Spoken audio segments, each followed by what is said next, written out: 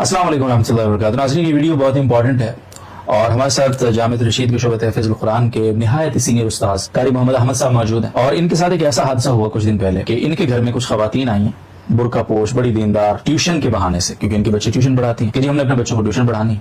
और घर में आके उन्होंने कोई ऐसा अमल किया कि इनकी अहलिया और इनकी बच्ची, उन्होंने अपने हाथों से अपने घर की सारी जमा पूंजी, जेवर, कैश, हर चीज समेट के उनके हाथ में न सिर्फ रखी है बल्कि उनके दरवाजे तक रुखसत भी कर दी और 2 दिन तक किसी को पता नहीं चला कि पूरा घर लुट चुका है।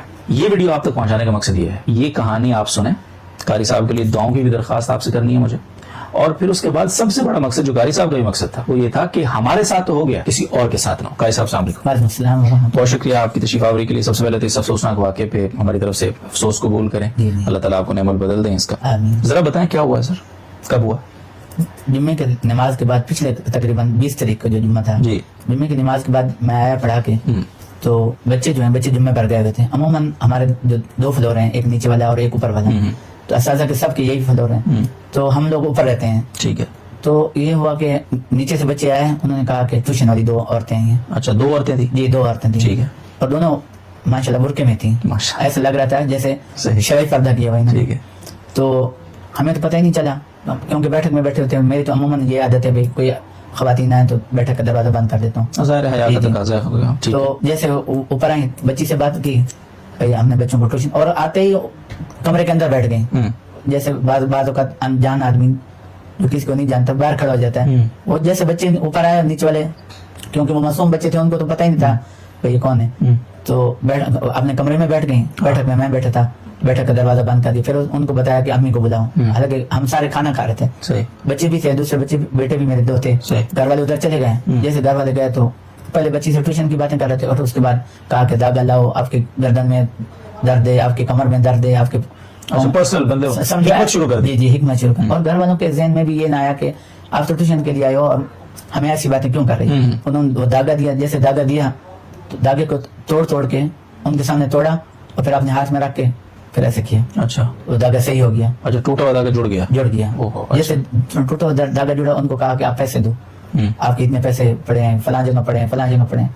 अच्छा, उनको ये भी पता था फलां जगह पड़ा, और कहा कि अलमारी में पैसे पड़े हैं, फलां कपड़े में पैसे पड़े हैं, किताबों में। तुक्के मार रही थी? जी, तुक्के मार रही होंगी। असल में हमारे खवातीन तो वैसे सादा है, इनको तो पता चलता नहीं। दूसरा ये है कि ये मीडिया से ना वाकिफ होने की वजह से, क्योंकि जो औरतें खास शहर में लोग रहते हैं वो तो मीडिया से वाकिफ होते हैं, उनको मालूमात होती है भाई ये वाक़यात हो रहे हैं। लेकिन ये है कि हमारी तो खवातीन सादा है। और दूसरा ये है कि पर्दे की वजह से मैं भी बाहर नहीं जा सका, मैं खाना खा के आराम से सो गया। ठीक है। ये घर वालों ने समझे सारे सामान उनको उठा दिया। बच्ची जिस मेरे कमरे में किताबों में पैसे पड़े थे 2-3 हज़ार बच्चे, क्योंकि उनको खर्चा देता हूँ तो अपना जो इस्तेमाल करते हैं तो बाकी इधर रख देते हैं। बच्ची खुद पैसे लेके आई, लेकिन उसने मुझे नहीं बताया। उस वक्त अपने पैसे खुद उठाकर उनको दे दी? खुद उठा। अच्छा। और मैंने पूछा, मैंने कहा कि कौन है? कहा कि वो ट्यूशन वाली है। तो आपकी बच्ची ट्यूशन पढ़ाती है? छोटे बच्चों को पढ़ाती है। तो अब तक ये है कि मैं भी कहता हूँ अपना खर्चा बच्चे खुद ही निकालना है। ठीक है। तो समझो घर वालों को बिल्कुल मालूम ही नहीं था, जो कहती गई वो घर वाले उठा के। क्या क्या लेकर गई वो, मतलब कितना नुकसान हुआ? तकरीबन सोना था, वो बच्ची के बालियां वगैरह जो होती हैं, टॉपेस वगैरह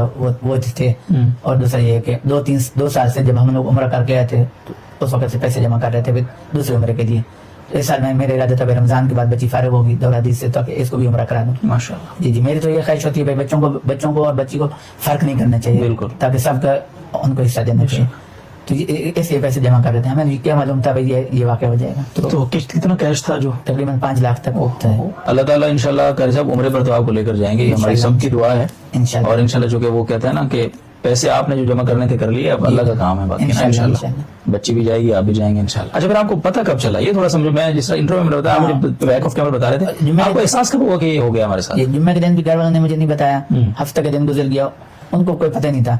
जबकि बच्ची सुबह, मेरी आदत है सुबह का नाश्ता जो है मेरी बेटी और मैं दोनों इकट्ठे बैठ के करते हैं माशाल्लाह। इस वजह से क्योंकि उसको मदद से छोड़ना होता है, दोनों इकट्ठे बैठ के करते हैं। फिर मैं जब खाना खा रही थी तो ऐसे मुरझाए जैसे जोरी से किसी को खाना खिला रहा है, इस तरह। फिर उसने मुझे बताया ना अपने मदरसे में बात बच्चियां आपस में जिक्र करती हैं, ना वहाँ जिक्र किया। तकरीबन एतवार के दिन मुझे सुबह पता चला। अच्छा। जैसे सुबह सो के उठे तो घर वालों ने मुझे कहा कि दूध लेके आना।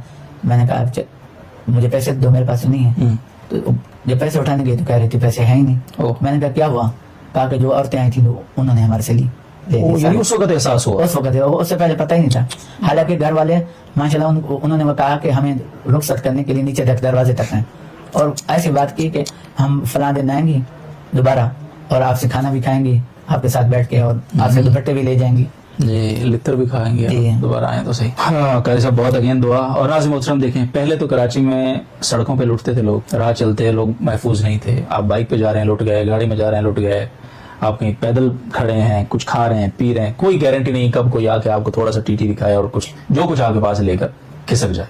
اب صورتحال کتنی خطرناک ہو گئی ہے اور اس پہ ہمیں فکر مند ہونا چاہیے. قانون نافذ کرنے والے اداروں سے تو ہم درخواست ہی کر سکتے ہیں اور درخواست کا کوئی اثر ظاہر ہے آپ کو پتہ ہی ہے, لیکن کم از کم اپنے تئیں ہمارے اوپر یہ لازم ہے کہ ہم کم از کم یہ ویڈیو اویئرنیس کے لیے ہی ہے کہ خواتین اب ایسے گروہ بن گئے ہیں اور ان کے پاس ایسے منتر ہیں, پتہ نہیں کیا ان کی نظر بندی کی ترکیبیں ہیں ان کے پاس, کہ وہ آپ کے گھر میں آئیں گی اور آپ کے اوپر ایسا آپ کی گھر کی خواتین کے اوپر وہ جادو کریں گی کہ آپ کی خواتین اپنے ہی ہاتھوں سے اپنا پورا گھر اٹھا کے ان کو دے دیں گی, اور 2 دن تک آپ کو احساس بھی نہیں ہوگا کہ آپ کتنا بڑا آپ کے ساتھ فراڈ ہو چکا ہے اور آپ کتنی بری طرح لٹ چکے ہیں. تو اس لیے میری آپ سے ریکویسٹ ہے کہ ایک تو قاری صاحب کے لیے آپ نے دعا کرنی ہے. میں سچ میں میرا دل اس بات پہ بہت زیادہ افسردہ ہے کہ کس عظیم مقصد کے لیے وہ اپنی سیونگز اور وہ ساری چیزیں, اور انشاءاللہ جس طرح میں نے بھی دعا آپ سے بھی دعاؤں کی درخواست ہے, عمرہ تو انشاءاللہ اللہ تعالیٰ ان کو لے کر جائیں گے, ان کی بچی کو بھی لے کر جائیں گے انشاءاللہ. بٹ ایک افسوس تو بہت ہوتا ہے نا, انسان اتنے ارمان ہوتا ہے. تو بس آپ نے دعا کرنی ہے اور اپنے لیے احتیاط کرنی ہے. گھر کے اندر خواتین کو اگر کوئی انجان خاتون آئے, کسی کام والی ماسی بن کر آئے, بچوں کی ٹیوشن کے لیے آئے, پولیو کے قطرے پلانے آئے, کسی بھی عنوان سے آئے, پہلے ان کی تصدیق دروازے پہ کریں. جب تک دروازے پہ تصدیق نہ ہو جائے, کسی بھی طرح تصدیق نہ ہو جائے, اندر گھر میں بٹھا کے ان کو پانی پلانے کی, پھر ان کے ساتھ اپنی بیماریاں ڈسکس کرنے کی ضرورت نہیں ہے, ورنہ اپنے نقصان کے ذمہ دار ہم خود ہوں گے. اللہ تعالیٰ ہم سب کی حفاظت فرمائے. آپ سب کو بہت شکریہ.